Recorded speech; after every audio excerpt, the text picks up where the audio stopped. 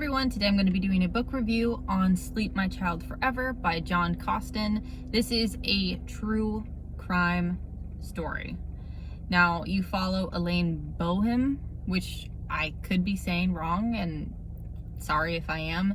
It talks about how she kills two of her children and her weird, dark double life. So I didn't really know a whole lot about this crime in particular going into it.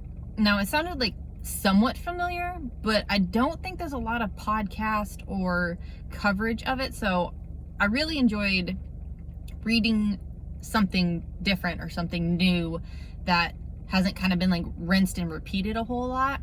So Elaine is a single mother of three, and her youngest one is like less than a year old when he just dies, or maybe he's almost 2 when he dies. And it's not necessarily like under suspicious circumstances, you know. They were just like, oh, it's SIDS, which is like sudden infant death syndrome, which at that age is incredibly uncommon. But at the time, I guess there was like 6 other kids in the country around that age that also died. So there was no real big red flags necessarily for the police or the hospital. They were just like, oh, well, it happens sometimes. And Elaine, even though, you know, she worked, she would spend a lot of her money going to the pro wrestling, like I'm just gonna say pro wrestling. I don't know if I'm gonna get like flagged or something if I actually say the organization's name.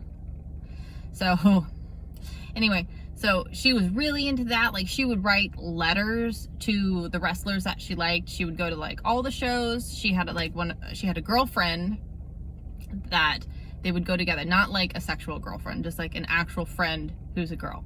They would take road trips together. They would go to see the events. Just a grand old time.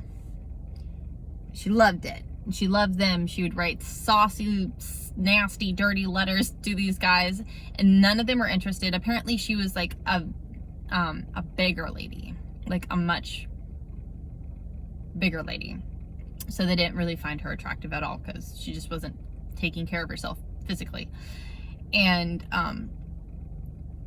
not long after, like, her daughter is taking a bath, and all of a sudden a hairdryer that's on is thrown into the bathtub with her daughter, and her daughter lives.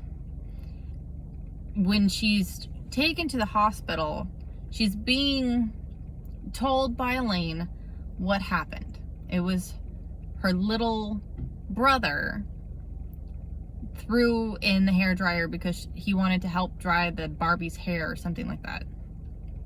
But then not long after that, the brother dies. So eventually, it takes a while before people are like, what is going on? What the heck? But the author does a really good job at kind of taking it like step by step and going through the stages of what happens, and it actually feels like a story and not just kind of a quick review, or like, it's not jumbled together weird.